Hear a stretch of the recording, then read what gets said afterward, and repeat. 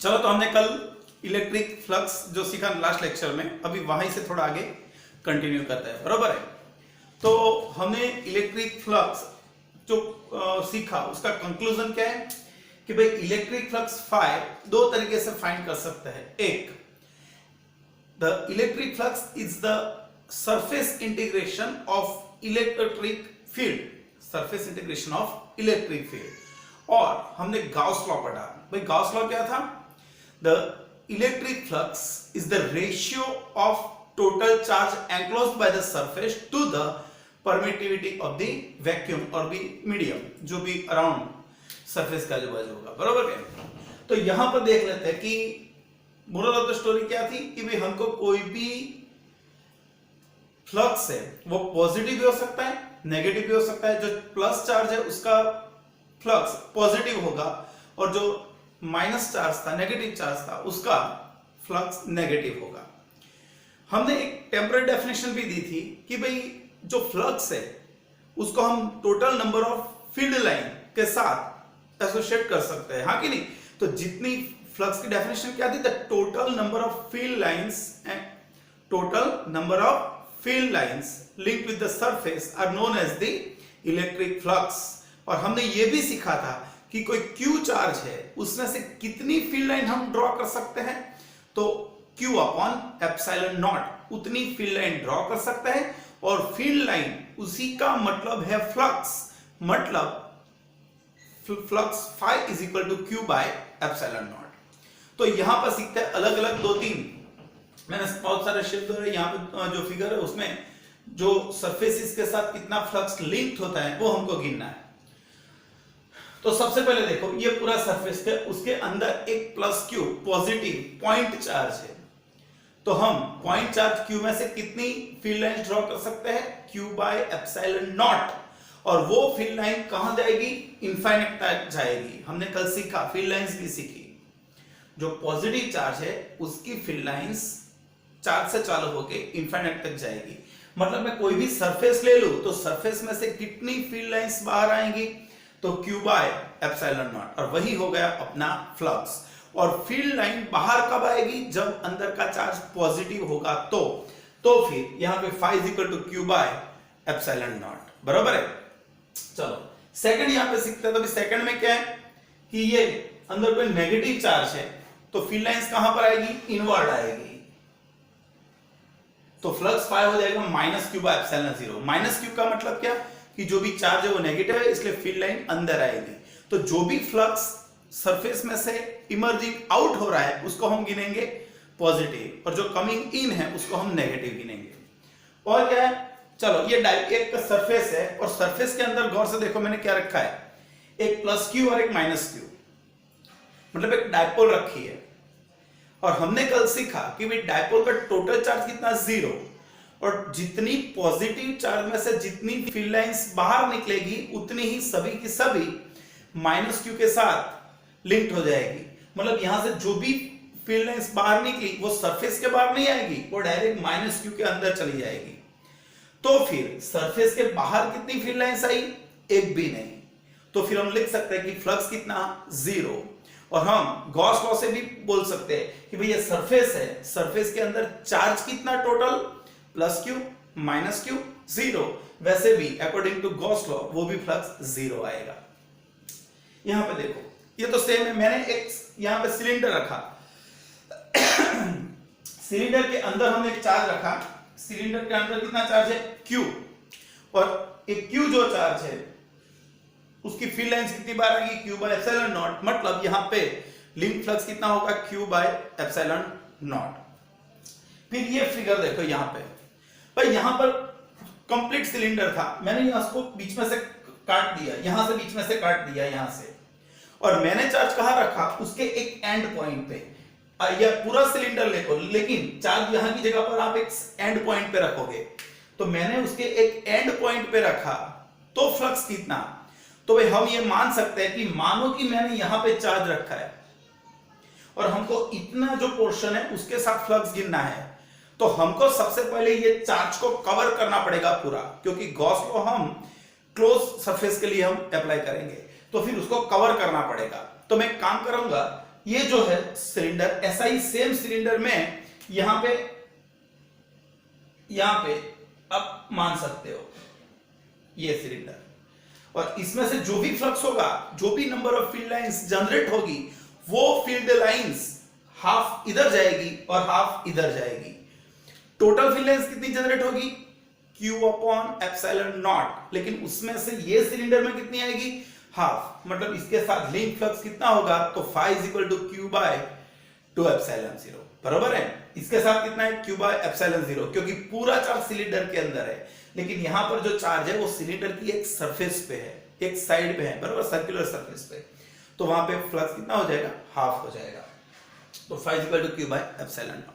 फिर एक फिगर मैंने ये भी दौरी कि यहां पर क्या है? इलेक्ट्रिक फील्ड है, इलेक्ट्रिक फील्ड है, और यहां पे एक सिलेंडर रखा है। समझो सिलेंडर में कोई नेट चार्ज नहीं है, सिलेंडर में कोई नेट चार्ज नहीं है, लेकिन सिलेंडर किसी और चार्ज के इलेक्ट्रिक फील्ड में है। सिलेंडर के अंदर कोई चार्ज नहीं है, लेकिन सिलेंडर एक इलेक्ट्रिक फील्ड में है, और वो इलेक्ट्रिक फील्ड जो जनरेट हो रहा है वो चार्ज सिलेंडर के अंदर नहीं, बाहर का कोई चार्ज है। ओके, हम तो सिर्फ गॉस लॉ को फॉलो करेंगे। तो भाई गॉस लॉ क्या बोल रहा है कि flux phi is equal to Q by epsilon naught. इसके अंदर टोटल चार्ज कितना? 0, चार्ज ही नहीं है तो फ्लक्स कितना? 0। अभी कोई बोलेगा लेकिन सर चार्ज नहीं है, लेकिन आपने तो क्या बोला कि जो फील्ड लाइंस है वही फ्लक्स, तो अंदर से तो फील्ड लाइन पास हो रही है, तो फ्लक्स कैसे 0? तो भाई हम बोल सकते हैं कि जितनी फील्ड लाइंस यहां से अंदर एंटर हो रही है, यहां से उतनी ही फील्ड लाइन यहां से बाहर निकलेगी। तो जितनी फील्ड लाइन अंदर एंटर हो रही है उतनी ही बाहर निकलेगी, तो टोटल नेट फ्लक्स कितना हो जाएगा? 0 हो जाएगा, बरोबर है। चलो आगे, ये मैंने 4 क्यूब है, उनमें फ्लक्स कैसे एसोसिएट होता है वो मैंने यहां पे समझाया है। ये एक क्यूब ले लिया मैंने, और उसके सेंटर पे मैंने एक चार्ज रखा Q। सेंटर पे क्या रखा मैंने? एक चार्ज Q रखा। और कोई हमको बोलेगा कि भाई उसके साथ लिंक्ड फ्लक्स कितना? सिंपल, पूरे क्यूब के अंदर एनक्लोज चार्ज कितना? Q। तो फ्लक्स कितना होगा टोटल क्यूब के साथ? Q by epsilon naught. लेकिन कोई बोलेगा कि एक फेस है, एक फेस, उसके साथ कितना होगा? तो भाई सिंपल, आप अभी जो रूम में बैठे हो उसके बिल्कुल सेंटर एयर में एक चार्ज ले लो, उसमें से जो भी फील्ड लाइंस निकलेगी वो रूम की सभी वॉल्स में से जाएगी, तो टोटल फील्ड लाइंस कितनी जनरेट हुई? Q by epsilon naught. तो वो जो फ्लक्स हुआ, it is the total flux linked with whole room, बराबर। एंटायर रूम के साथ कितना फ्लक्स चेंज लिंक्ड हुआ? Q by epsilon naught. लेकिन उसमें से सिर्फ एक वॉल में कितना पास होगा? तो हम बोल सकते हैं 6 पार्ट ऑफ टोटल फ्लक्स। तो एक फ्लक्स के साथ, एक फेज के साथ कितना होगा flux? phi is equal to Q by 6 epsilon naught. फिर बाजू में देखो फिगर, अभी मैंने चार्ज यहां पे सेंटर पे रखा था, उसकी जगह पे जो कोई एक फेस है, वो फेस के, ये जो फेस है उसके मिड पॉइंट पे रख देता हूं, फेस के अंदर। मतलब आपकी जो रूम की जो कोई भी वॉल है वो वॉल के बीच में रख देता हूं मैं। तो सबसे पहले गॉस लॉ अप्लाई करने में मुझको क्या करना पड़ेगा कि भाई मैं यहां से देखूंगा तो मुझको तो ये चार्ज खुला दिखेगा, तो हमको तो सबसे पहले उसको क्लोज करना है। तो क्लोज करने के लिए मैं क्या करूंगा, ये जो क्यूब है उसके बाजू में एक और क्यूब यहां पे कंसीडर करूंगा, एक क्यूब के बाजू में और एक क्यूब आएगा, हाँ कि नहीं? तो फिर इसमें से टोटल फ्लक्स कितना जनरेट होगा? Q by epsilon 0। लेकिन उसमें से हाफ फ्लक्स ये साइड आएगा और हाफ फ्लक्स वो साइड जाएगा। मतलब अपना जो क्यूब है उसमें से तो सिर्फ हाफ फ्लक्स ही अंदर एंटर होगा। मतलब इसके साथ टोटल फ्लक्स कितना आ जाएगा? Q by 2 epsilon 0। Same way अभी मैंने यहां पे एक फेस जो है उस पे नहीं रखा, उसकी जो एक एज है, एज उसके मिड पॉइंट पे रखा, एज के मिड पॉइंट पे। मतलब आपकी जो दो वॉल्स जहां पे मिल रही है उसके यहां पे मिड पॉइंट पे रखा मैंने। चलो अभी ये एज को मुझको क्लोज कर देना है, सबको एनक्लोज कर देना है ये एज को।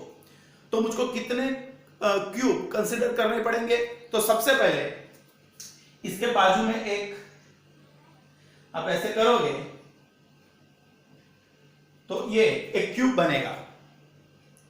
तो ये दोनों क्यूब, इसके बाजू में जो क्यूब आया वो बना, लेकिन अभी भी चार्ज नीचे से खुला है, अभी भी आपको क्लोज करना है तो क्या करना पड़ेगा, जैसे ये दो क्यूब है वैसे ही दो क्यूब नीचे से कंसीडर कर लो। तो टोटल कितने क्यूब हो गए, 4।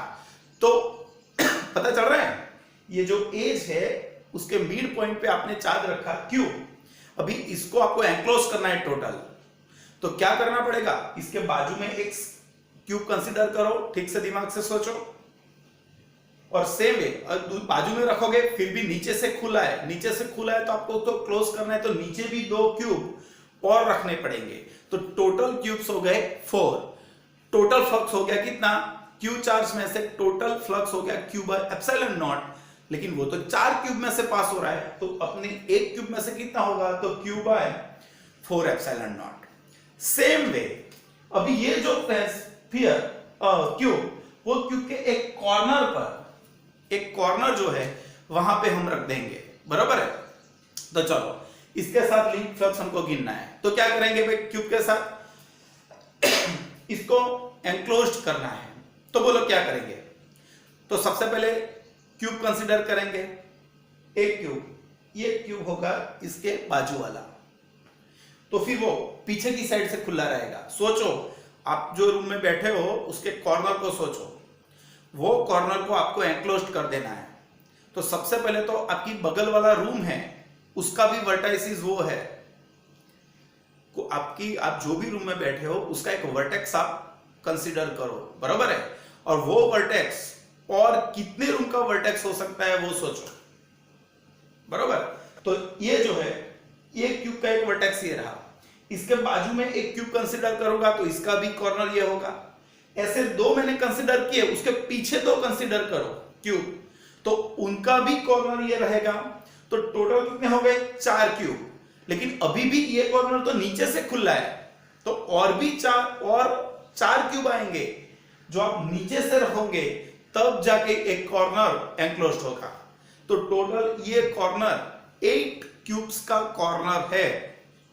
तो इसमें से एक में से कितना जाएगा, फ्लक्स कितना होगा, क्यू बाय, टोटल फ्लक्स कितना, क्यू बाय एप्सिलॉन नॉट। तो एक कॉर्नर में से कितना, एक में से कितना पास होगा, 8 पार्ट का, मतलब क्यू बाय 8 एप्सिलॉन नॉट। तो आपको जब भी फील्ड लाइन फ्लक्स पूछे तो आपको फील्ड लाइन कंसीडर करके ही आगे बढ़ना है, बराबर है। तो नंबर ऑफ फील्ड लाइंस वही number of total amount of flux होगा। जितनी फील्ड लाइंस हाफ है तो फ्लक्स टोटल में से हाफ हो जाएगा, क्वार्टर का है तो टोटल फ्लक्स का क्वार्टर पार्ट हो जाएगा। टोटल चार्ज को एनक्लोज करने के लिए आपको जितनी सरफेस चाहिए उसी हिसाब से आपको आंसर देना पड़ेगा, बराबर है। और कोई भी सरफेस के अंदर नेट चार्ज 0 है, मतलब पॉजिटिव है नेगेटिव है, लेकिन सबका सम 0 हो रहा है, तो उसमें से फील्ड लाइन जनरेट होगी, लेकिन वो तो सरफेस के अंदर ही जो नेगेटिव चार्ज है उसके अंदर ही सेटल हो जाएगी, तो बाहर तो कोई आएगी नहीं, मतलब फ्लक्स कितना हो जाएगा, 0, बराबर है। चलो तो हमने ये पढ़ा, अभी आगे जाते हैं, एमसीक्यू न्यूमेरिकल्स पे थोड़ा ध्यान रखते हैं। तो यहां पे देखो हमने एक्सरसाइज 1.11 गिना, पढ़ो तो ध्यान से 1.11 न्यूमेरिकल देखो एक्सरसाइज का 1.11।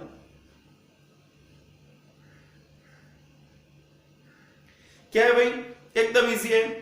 A point charge of 2 microcoulomb is at the center of cubic Gaussian surface 9 centimeter on edge. What is the net electric flux through the surface? भाई आपको क्या पूछा है कि एक सरफेस के अंदर पॉइंट चार्ज कितना दिया है, Q is equal to 2 microcoulomb, 2 into 10⁻⁶ coulomb. तो इलेक्ट्रिक फ्लक्स आपको गिनना है, तो phi according to Gauss law Q upon epsilon naught, Q की वैल्यू अपने पास है 2 into 10⁻⁶ coulomb and epsilon naught 8.854 into 10⁻12। हो गया क्लियर। तो phi is equal to 0.22 into 10⁶, इसको सिंप्लीफाई करेंगे तो आंसर मिल जाएगा 2.2 into 10⁵ न्यूटन मीटर स्क्वायर पर कूलम। हो गया क्लियर। चलो एकदम इजी, आपको क्यू या फ्लक्स फाइंड करना था। आगे जाते हैं, एक्सरसाइज 1.17 देखते हैं। चलो बाजू की स्लाइड में, चलो पढ़ो तो। Example 1.17, careful measurement of electric field at the surface of a black box indicates that the net outward flux through the surface of the box is 8 into 10⁻³ newton metre square पर coulomb. तो आपको सबसे पहले एक box है, उसमें से कितना फ्लक्स आउटवर्ड आ रहा है वो आपको दिया है, और आउटवर्ड जो फ्लक्स आएगा हमने आगे डिस्कस किया, उसको हम पॉजिटिव फ्लक्स लेंगे।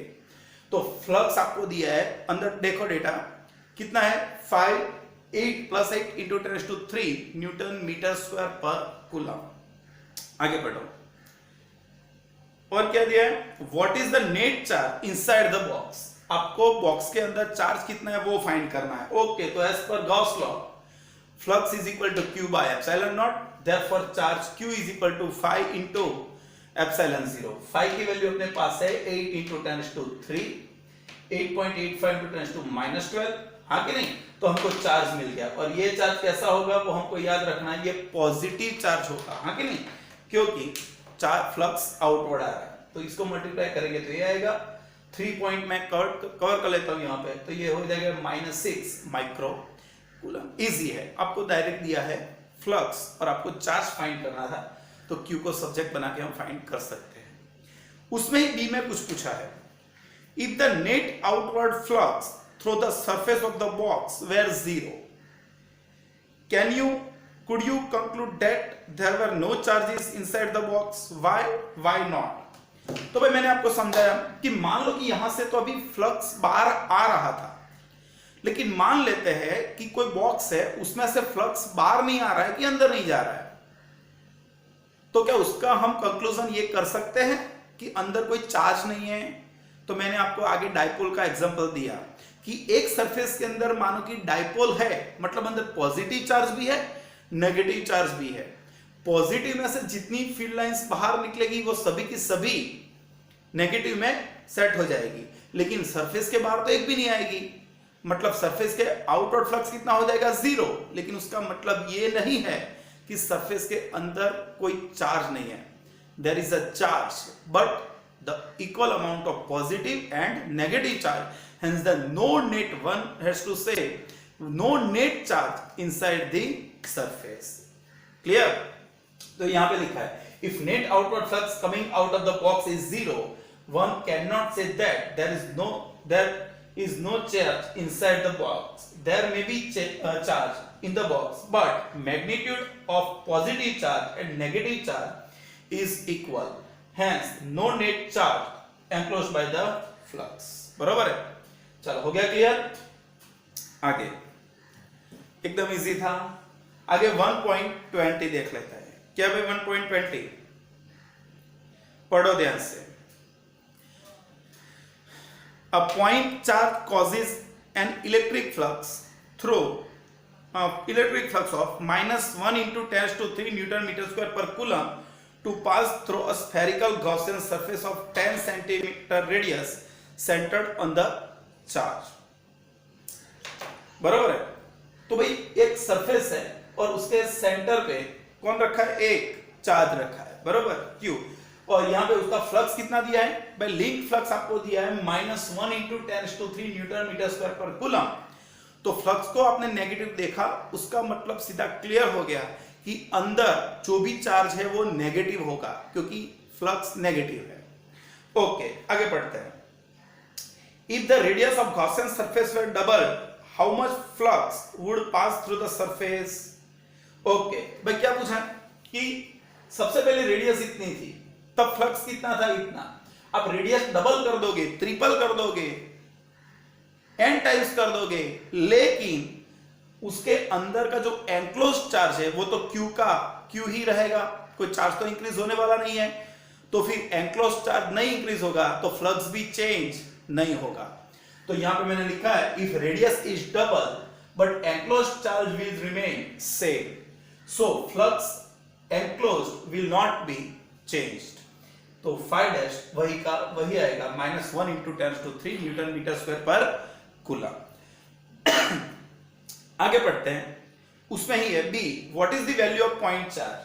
भाई आपको चार्ज क्यू फाइंड करना है, तो according to phi is equal to Q by epsilon naught, Q is equal to 5 into epsilon 0, 5 की वैल्यू -1 इंटू 10⁻³, 8.85 इंटू 10⁻², तो -8.85 इंटू 10⁻9 कूलम, तो Q इज इक्वल टू आ गया -8.85 नैनो कूलम आ जाएगा, बरोबर है। तो एकदम इजी न्यूमेरिकल्स है, बरोबर है। चलो और भी न्यूमेरिकल आगे बढ़ते हैं, पहले ये ठीक से एक बार देख लो। चलो अभी आगे पूछा है कौन सा 1.15 एक्सरसाइज का 1.15 पढ़ो ध्यान से। Consider a uniform electric field E is equal to 3 into 10⁻³ I caret newton per coulomb. A, what is the flux of this field through a square of 10 centimeter on a side whose plane is parallel to the visor plane? B, what is the flux through the same square if the normal to its plane makes 60 degree with the x-axis? तो ये देख लेते हैं कि example 1.15 में दो part है, उसमें ए में क्या बोला है कि भाई इलेक्ट्रिक फील्ड जो है वो x डायरेक्शन में है। इलेक्ट्रिक फील्ड कौन सी डायरेक्शन में? x, मतलब इलेक्ट्रिक फील्ड की वैल्यू आपको दी है 3 into 10⁻³ I caret newton per coulomb. उसमें एक स्क्वायर प्लेन रखा है और वो YZ प्लेन को पैरेलल है। कौन से प्लेन में? YZ। जो प्लेन YZ प्लेन में होगा, जो स्क्वायर है वो YZ प्लेन में होगा, तो उसका एरिया वेक्टर उसको परपेंडिकुलर नॉर्मल होगा। तो इसका एरिया वेक्टर उसको नॉर्मल ये डायरेक्शन में होगा, बाकी नहीं। तो इसका जो प्लेन है स्क्वायर है उसका एरिया वेक्टर x डायरेक्शन में होगा, बरोबर है। तो हमको यहां पे लेंथ दी है, जो आपको स्क्वायर है उसकी लेंथ आपको दी है कितनी? 10 सेंटीमीटर, 10⁻⁻1 मीटर। तो उसका एरिया वेक्टर फाइंड कर देते हैं। Hence area vector A is equal to L square, area होगा L स्क्वायर और उसकी डायरेक्शन कौन सी? YZ प्लेन को नॉर्मल, मतलब x की डायरेक्शन में, L square I caret. Therefore A vector is equal to 10⁻² I caret metre square. Therefore simple, अभी तो फ्लक्स गिनना है, तो phi इज इक्वल टू क्या है formula? E dot A। E है 3 इंटू 10⁻³ I कैरेट, ये हो गया 10⁻² I कैरेट निकल गया, तो ये हो जाएगा 30 न्यूटन मीटर स्क्वायर पर कूलम, बरोबर है। चलो अभी सेकंड में क्या बोला है? भाई सेकंड में आपको बोला है कि आपका जो प्लेन है, सेकंड में आपका जो प्लेन है वो प्लेन ऐसे है, मतलब उसका एरिया वेक्टर कितना एंगल बना रहा है? 60 डिग्री बना रहा है। ये उसका एरिया वेक्टर x एक्सिस के साथ 60 डिग्री बना रहा है। ये आपका बी ऑप्शन हो जाएगा। ये आपका ये ऑप्शन है, ये कौन सा है? ये ऑप्शन। और ये कौन सा हो गया? बी। तो जो थीटा, इसका एरिया वेक्टर थीटा एंगल बनाएगा, तो फ्लक्स क्या होगा? तो phi is equal to E A cos theta. E कितना? 3 इंटू 10⁻³। एरिया वेक्टर कितना? 10⁻⁻², लेकिन डायरेक्शन अभी नहीं लेनी पड़ेगी है, बरोबर। सिर्फ मैग्नीट्यूड लेंगे। 3 इंटू 10⁻³ उसका इलेक्ट्रिक फील्ड आ गया, एरिया आ गया 10⁻⁻², और यहां पे लिखा cos थीटा मतलब cos 60 1/2, तो 1/2 ये हो गया 30/2, तो फ्लक्स आ गया 50 न्यूटन मीटर स्क्वायर पर कूलम। तो एक्सरसाइज 1.15 वो भी क्लियर हो गया, बरोबर है। चलो आगे कौन सा है वो देख लो एक बार। 1.16 1.16 पढ़ो। What is the net flux of the uniform electric field of exercise 1.15? तो 1.15 में जो इलेक्ट्रिक फील्ड दिया है x डायरेक्शन का, उसी में throw a cube of side 20 centimetre oriented so that its faces are parallel to the coordinate plane. तो भाई ये एक क्यूब हमने बताया, यहां पे इलेक्ट्रिक फील्ड कौन सी डायरेक्शन में है? भाई इलेक्ट्रिक फील्ड अभी x ही डायरेक्शन में, यही डायरेक्शन में है, और वहां पे हमने एक अंदर क्यूब रख दिया और उसके सभी फेसेस ये जो दो फेसेस है, ये फेस और ये फेस, वो YZ प्लेन को पैरेलल है, ये जो प्लेन है वो XZ प्लेन को पैरेलल है, और बाकी के दो हो गए वो XY को पैरेलल हो गए, हाँ कि नहीं। लेकिन हम यहाँ पे बोल सकते हैं कि भाई जितनी फील्ड लाइंस अंदर एंटर होगी उतनी ही बाहर निकलेगी, तो नेट फ्लक्स कितना आ जाएगा, 0। बरोबर है, याद रखो नेट फ्लक्स का मतलब क्या कि आपने दिन भर में 100 रुपए कमाए और 100 रुपए खर्च कर दिए, तो आपकी नेट सेविंग कितनी हो गई, 0। बरोबर है, तो यहां पे वैसे ही जितनी फील्ड लाइंस अंदर एंटर होगी उतनी ही फील्ड लाइंस यहां से बाहर निकल जाएगी, तो नेट फ्लक्स कितना आ जाएगा, 0 हो जाएगा। बरोबर, तो ये तो सिर्फ एक एमसीक्यू में आएगा, इसलिए देख लेना एक बार ध्यान से। बरोबर है, चलो आगे बढ़ते हैं 1.18 की तरफ। What is the 1.18? A point charge plus 10 microcoulomb is at a distance 5 cm directly above the center of a square side 10 cm as shown in figure. What is the magnitude of electric flux through the square? Hint: think the square as a one face of a cube with edge of 10 cm. भाई हमको सिर्फ ये square ही दिया है। अब text book में देखो तो सिर्फ आपको क्या दिया है, यहाँ पे एक स्क्वायर प्लेन दिया है और एक चार्ज Q, और चार्ज Q की वैल्यू कितनी है, तो 10⁻⁶, तो 10 × 10⁻⁶ कूलम, 10 माइक्रोकूलम का चार्ज है। कहां पर है, जो स्क्वायर है उसके ऊपर 5 सेंटीमीटर ऊपर। तो हमको यहाँ पे टोटल फ्लक्स फाइंड करना है। बरोबर, ये स्क्वायर के साथ कितना लिंक्ड होगा वो हमको गिनना है। तो एक काम करेंगे, ये जो फेस है उसको हम एक क्यूब की एक फेस की तरफ लेंगे, तो ये जो स्क्वायर है उसको क्या मान ले कि ये भाई स्क्वायर जो है वो क्यूब का एक फेस है, और ऐसा एक क्यूब कंसीडर करेंगे, तो ये जो क्यूब कंसीडर करेंगे ये पूरा, तो ये चार्ज उसके अंदर एंक्लोज्ड हो जाएगा। मतलब टोटल चार्ज कितना, टोटल फ्लक्स कितना जनरेट हुआ, Q बाय एप्सिलॉन नॉट। लेकिन पूरे का पूरा फ्लक्स ये स्क्वायर में नहीं आएगा, उसमें से सिर्फ 6 पार्ट का फ्लक्स आएगा। बराबर कि नहीं, तो टोटल फ्लक्स हमको फाइंड करना है ये स्क्वायर के साथ, तो जो भी क्यूब का टोटल है उसका 6 पार्ट कर देंगे। तो यहां पे लिखा हियर चार्ज कितना दिया है, 10 microcoulomb, 10 × 10⁻⁶ coulomb. We can assume square as a one face of a cube which is enclosing a charge Q. So total flux linked with the cube is phi is equal to Q by epsilon naught, and flux linked with the square is 6 part Q by 6 epsilon 0. सभी value रख दे, Q 10 × 10⁻⁶, 6 सबके पास है, 8 × 10, 85 × 10⁻12, ये सब values रखेंगे तो आपको value कितनी मिलेगी, 1.9 × 10⁵ न्यूटन मीटर स्क्वायर पर कूलम। तो ये आपको फ्लक्स मिल रहा है। बरोबर है, चलो एक्सरसाइज के जो रिलेटेड थे वो तो हमने क्लियर कर दिए। अभी आगे जाते हैं, एग्जांपल 1.11 देखते हैं। बरोबर, फिर से एक बार देख लो, आगे बढ़ते हैं 1.11। तो पढ़ते हैं एग्जांपल 1.11। देखो एक बार ध्यान से अंदर टेक्स्ट बुक में, The electric field components in figure 1.27 are Ex alpha x raised to 1/2 in which Ey Ez are 0 and alpha is equal to 800 Newton per coulomb meter raised to 1/2। तो भाई यहाँ पे आपको क्या दिया है कि इलेक्ट्रिक फील्ड जो है वो इलेक्ट्रिक फील्ड सिर्फ कौन सी डायरेक्शन में है, सिर्फ x डायरेक्शन में है। इलेक्ट्रिक फील्ड x डायरेक्शन में है, y और z डायरेक्शन में इलेक्ट्रिक फील्ड नहीं है। बरोबर, तो इलेक्ट्रिक फील्ड के y और z कंपोनेंट 0 है, इलेक्ट्रिक फील्ड के पास सिर्फ x कंपोनेंट है।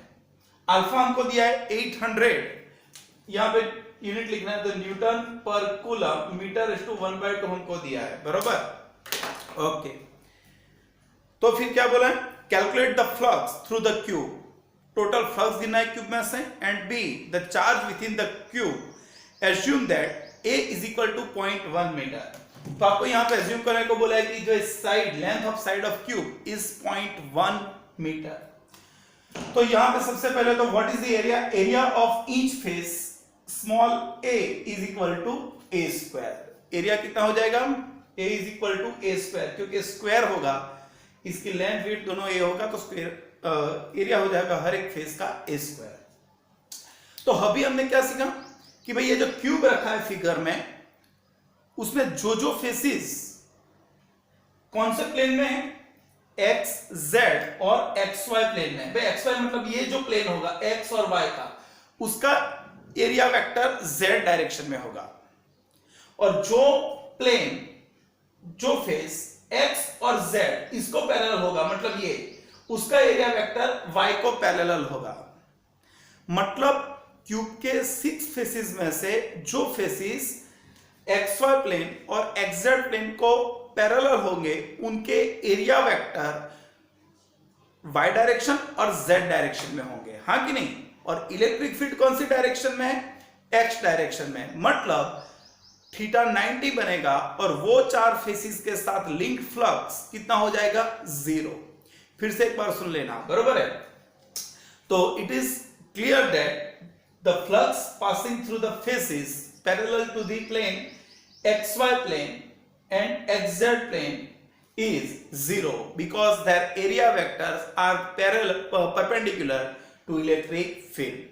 तो चलो कौन से फेसिस का फ्लक्स 0 हो गया, एक तो ये, एक ऊपर वाला, फिर ये और फिर एक ये।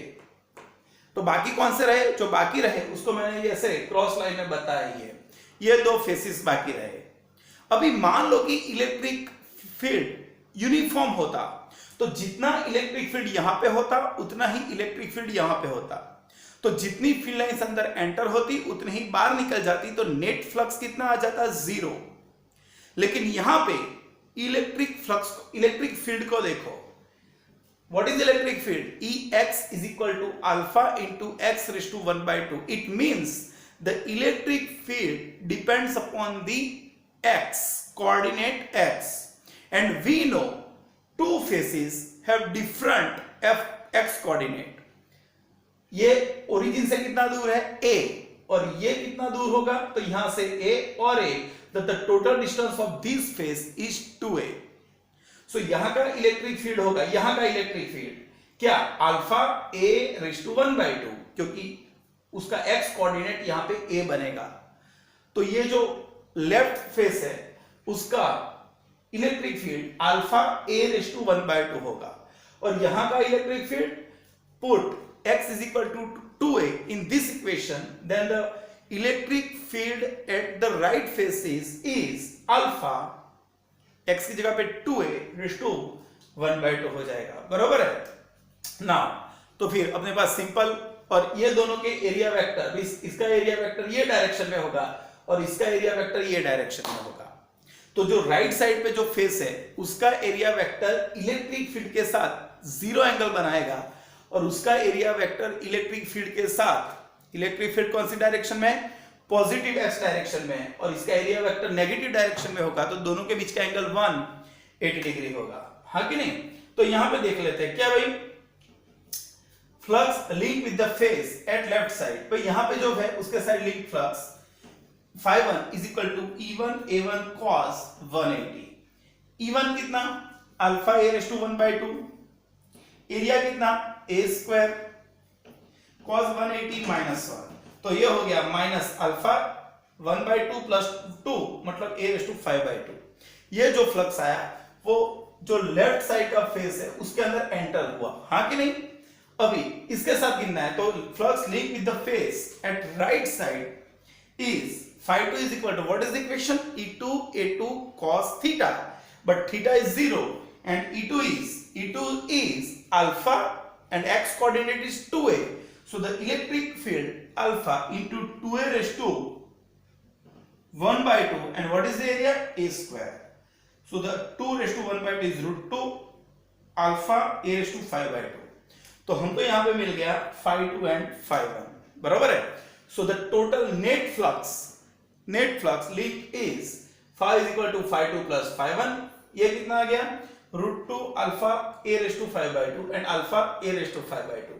इसमें से एक कॉमन ले लेता हूं, तो √2 - 1, √2 कितना, 0.141, एक ऐसा है √2 की वैल्यू 1.414 माइनस 1 मतलब उसको हमने सब्ट्रैक्ट किया तो आ गया 0.414. Alpha is 800 and A is given देखो अंदर 0.1 मीटर इट मीन 10⁻⁻⁰3/2 तो 1.05 न्यूटन मीटर स्क्वायर पर कूलम. तो ये हमको फ्लक्स मिल गया.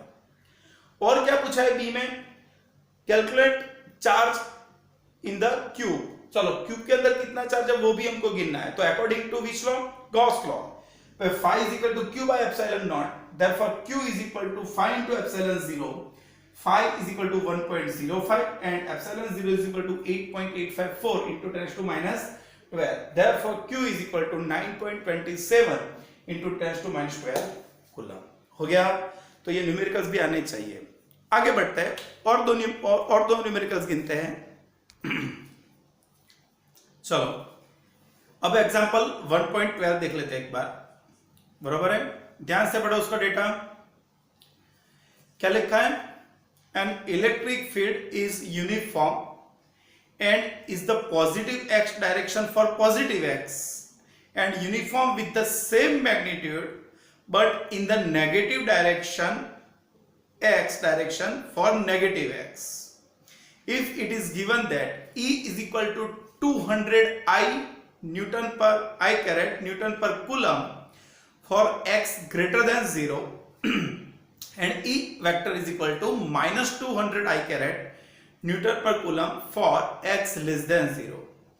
A right circular cylinder of length 20 cm and radius 5 cm has its center at the origin and its axis along the x-axis so that one face is at x is equal to 10 cm plus 10 cm and second is at minus 10 cm. तो क्या क्या find करना है, देखो तो A, what is the net outward flux through each flat face. B, what is the flux through the side of the cylinder.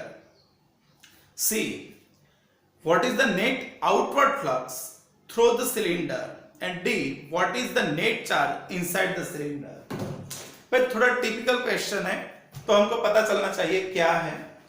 तो यहां पे देखो ये एक सिलेंडर है, सिलेंडर की लेंथ कितनी है 20 सेंटीमीटर है, बरोबर है. और उसका जो सेंटर है वहां पे क्या है, ओरिजिन. यहां से ये डायरेक्शन x डायरेक्शन है और यहां से ये जो अपर डायरेक्शन है वो y डायरेक्शन है. और आपको जो इलेक्ट्रिक फील्ड दिया है वो कैसे दिया है कि भाई यहां से जब आप पॉजिटिव डायरेक्शन में मूव करोगे then the electric field is in the positive direction for the any पॉजिटिव x coordinate. Electric field is in positive x direction and whenever you move in negative x coordinate direction the electric field is in negative x direction. बराबर है. तो यहां पे ये जो दो face है ये दो उसके फ्लैट फेस बनेंगे ये दोनों, और ये जो बनेगा ये उसका कर्व सरफेस बनेगा. तो आपको तीनों पूछा है कि दोनों फ्लैट फेसेस के साथ कितना फ्लक्स लिंक्ड होगा, उसका जो सर्कुलर साइड है उसके साथ कितना फ्लक्स लिंक्ड होगा, सी में पूछा है टोटल फ्लक्स कितना लिंक्ड होगा, और लास्ट में पूछा है कि टोटल चार्ज कितना है. तो यहां पे हमने लिखा electric field E is equal to 200 I caret. भाई ये किसके लिए है, x greater than 0 मतलब ये डायरेक्शन में यहां पर इलेक्ट्रिक फील्ड पॉजिटिव डायरेक्शन में होगा. तो सिंपल हो गया, इसका इलेक्ट्रिक फील्ड और इसका एरिया वेक्टर दोनों एक ही डायरेक्शन में आ गए.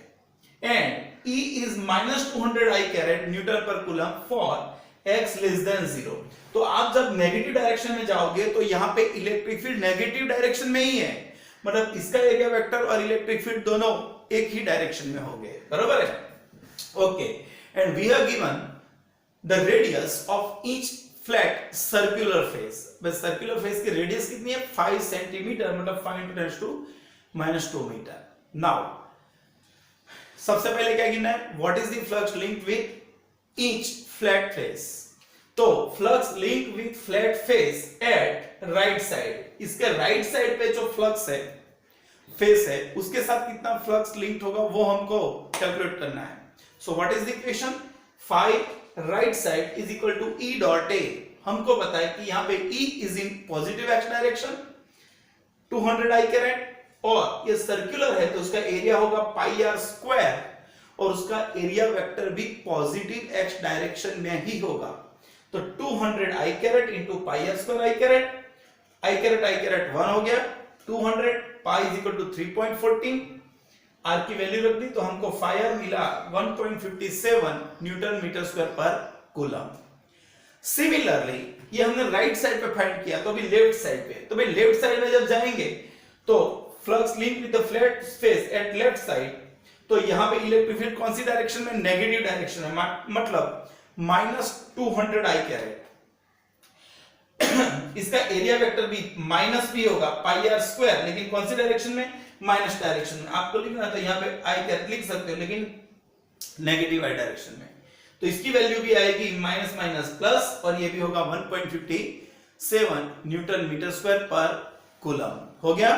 तो ये जो मिला वो टोटल किसके साथ मिला, फ्लैट फेसिस के साथ मिला। तो टोटल जो फ्लैट फेसिस है उनके साथ गिनना, तो टोटल कितना हो जाएगा 1.57 प्लस 1.57, तो टोटल हो जाएगा 3.14 न्यूटन मीटर स्क्वायर पर कूलम। तो हमको मिला ये फ्लैट फेसिस के साथ। अभी टेक्स्ट बुक में शायद ऐसा पूछा है कि फ्लैट फेसिस के साथ, तो आपको ये दोनों का सम करना पड़ेगा टोटल, बराबर है। चलो बी में क्या पूछा है, flux linked with curved side surface.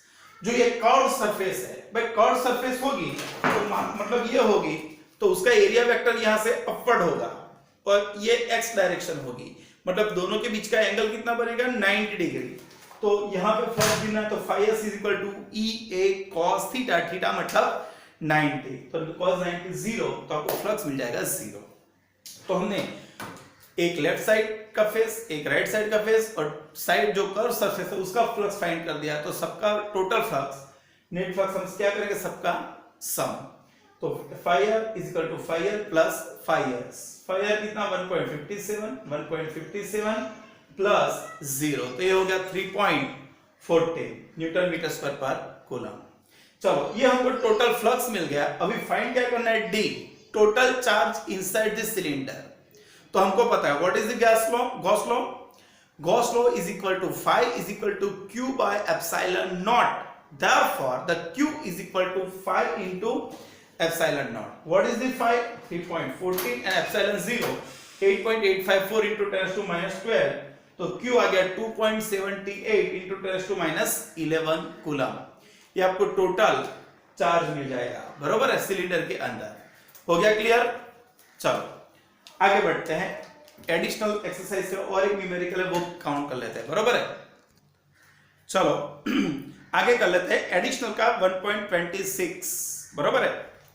Which among the curve shown in figure 1.35 cannot possibly represent electrostatic field line। तो हमको यहां पे आप अंदर फिगर देख लेना टेक्स्ट बुक में, टोटल 5 कर्व्स दिए हैं, बराबर, टोटल 5 फिगर दिए, इसमें से कौन इलेक्ट्रोस्टैटिक फील्ड लाइंस को रिप्रेजेंट करेगा और कौन नहीं करेगा। तो सबसे पहले देखेंगे, तो हमने इतनी बातें तो क्लियर की थी कि भाई पॉजिटिव चार्ज होगा तो उसकी फील्ड लाइन रेडियली आउटवर्ड होगी, और जो सरफेस है उसको नॉर्मल होगा इलेक्ट्रिक फील्ड। याद रखना, electric field is always normal to the surface at given point of the body. तो यहां पर देखो, तो सबसे पहले तो यहां पे पॉजिटिव चार्ज है, यहां पे फील्ड लाइंस बाहर तो जा रही है लेकिन वो उसको नॉर्मल नहीं है। यहां पे देखो ये एंगल ऐसे बना रही है, ऐसे बना रही है, ऐसे एंगल बना रही है, तो फिर ये फील्ड लाइन पॉसिबल नहीं है। हाँ अभी ऐसे होगी, ऐसे होगी, ऐसे होगी, ऐसे होगी तो पॉसिबल हो सकता है, लेकिन यहां पर तो ऐसे, तो ये पॉसिबल नहीं है, बरोबर है, ये पॉसिबल नहीं है। चलो इसको मैं रॉन्ग कर देता हूं। सेकंड हमने क्या पढ़ा था कि भाई इलेक्ट्रिक फील्ड लाइंस जो है वो पॉजिटिव में से बाहर निकलेगी और नेगेटिव के अंदर एंटर होगी। तो सेकंड चीज यहां पे देखो, पॉजिटिव में से फील्ड लाइंस बाहर जा रही है और नेगेटिव में एंटर हो रही है। ओके, यहां तक तो फिगर बरोबर है, लेकिन अभी आगे देखो, नेगेटिव में से ये नेगेटिव है और नेगेटिव में से फिर से आगे निकली और पॉजिटिव में एंटर हुई, ये पार्ट गलत है, बरोबर है, तो ये भी पॉसिबली बताएगा नहीं। थर्ड देखो, यहाँ पे ये भी पॉजिटिव चार्ज है, ये भी पॉजिटिव चार्ज है और दोनों की फील्ड लाइन एक दूसरे को रिपेल कर रही है। हाँ भाई ये करेक्ट है, मैंने आपको फील्ड लाइंस में ये ड्रॉ भी करवाया है। दोनों की पॉजिटिव पॉजिटिव चार्ज है तो दोनों की फील्ड लाइंस एक दूसरे को रिपेल करेगी, तो ये फील्ड लाइंस पॉसिबल हो सकती है। यहाँ पे देखो भाई, यहाँ पे मैंने आपको ये भी समझाया था, एक तो पॉजिटिव की फील्ड लाइंस बाहर निकलेगी, अंदर आएगी नहीं, और दूसरा field line never intersect each other. तो यहां पे देखो तो ये फील्ड लाइंस एक दूसरे को इंटरसेक्ट कर रही है, तो ये भी रॉन्ग है। और दूसरा ये पॉजिटिव, ये पॉजिटिव, ये पॉजिटिव, तो फिर यहां पे इसमें से पॉजिटिव एंटर हो रहा है वो गलत है, पॉजिटिव में कभी एंटर नहीं होगा। तो आप यहां पे देखने जाएंगे तो फील्ड लाइंस ऐसे आएगी, जो रियल में ड्रॉ करने जाओगे तो सभी चार्ज की, तीन चार्ज की फील्ड लाइन एक दूसरे को रिपेल करेगी, तो बिल्कुल बीच में तो कुछ आएगा नहीं है, यहां से ऐसे आएगी, ये फिगर ऐसे आएगा, बरोबर है सब में। तो अभी लेकिन फिलहाल तो ये कैसा है, ये रॉन्ग है, अभी ये रॉन्ग ही है, ये करेक्ट नहीं है, ये पॉसिबल नहीं होगा। चलो यहां पे देख लेते हैं भाई, यहां पे देख लो, ये पॉजिटिव ये नेगेटिव, यहां से फील्ड लाइंस बाहर निकल रही है और नेगेटिव में एंटर हो रही है। ओके, वैसे ये लगे तो ये ठीक है, लेकिन electrostatic field line do not form any close loop, और यहां पे दो क्लोज लूप बताई है, बट क्लोज लूप तो बनाएगी नहीं, तो फिर ये भी पॉसिबल सॉरी ये भी पॉसिबल नहीं होगा, बरोबर है। तो ये 4-5 में से सिर्फ सी वाली जो फिगर है वही इलेक्ट्रोस्टैटिक फील्ड लाइंस को रिप्रेजेंट करेगी, बाकी की 4 नहीं करेगी। हो गया क्लियर? तो एग्जाम में भी जो ऐसा कोई न्यूमेरिकल है, कोई भी एमसीक्यू है इस कॉम्पिटिटिव में, तो हमको आना चाहिए। तो यहां पर हमने electric field lines, electric flux के सभी न्यूमेरिकल्स, सभी टॉपिक्स हमने क्लियर कर दिए। अभी मैं कल उसका पीडीएफ फाइल भेजूंगा आपको एमसीक्यू का, और वो आपको सॉल्व करना है। डाइपोल कौन से टॉपिक बाकी है फील्ड लाइंस एमसीक्यू में, electric dipole, electric field lines और इलेक्ट्रिक फ्लक्स, इनके एमसीक्यू का पीडीएफ आपको मिल जाएगा व्हाट्सएप पे, बरोबर है। और उसके न्यूमेरिकल्स हमने काउंट कर लिया, तो पूरा थियरी एक बार लिखो, सभी न्यूमेरिकल्स एक बार ठीक से लिखो, और फिर आप एमसीक्यू सॉल्व करो। हो गया क्लियर? तो अभी नेक्स्ट टाइम में उसकी एप्लीकेशन पढ़ेंगे, बरोबर है। चलो तब तक के लिए पढ़ते रहना।